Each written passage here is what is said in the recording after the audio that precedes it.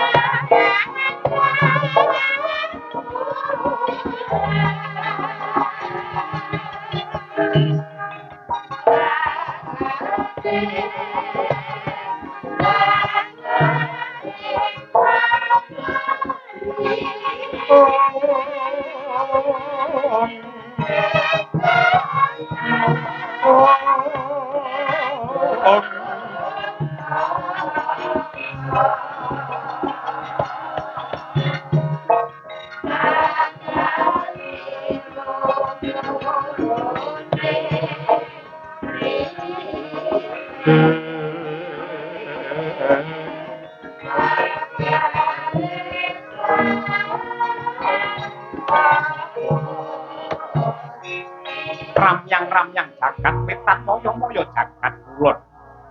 yekti dudu sunari Surya Candra Darumyang Kartika nanging melaring kahiwangan Suralaya ya ing Jonggiri Kailasa jumunar mawa tejeng mapan wonten ing pendhapa Bale Marcukunda Manik lenggah agung wibawaning nggih tetungguling para Jawata Sanghyang para guru ya Sanghyang Girinata ya Risang Pasopati gadhep dening pamituwaning dewa Jawata ing Sudha pangudal-udal Sanghyang Narada miwah Jawata ing kahiwangan Salendra Gawana Bathara Indra ya Surapati dereng ngantos Sang Girinata medhar pangandika kedadak ebah para Durandara kapungka praptane widodari panggoda pangrencana saking kahiwangan Dandang Mangore nenggih Sang Batari Durga ya Sang Batari Permuni mangkono kawijil kang pangandika mecah dumateng sepine kang swasana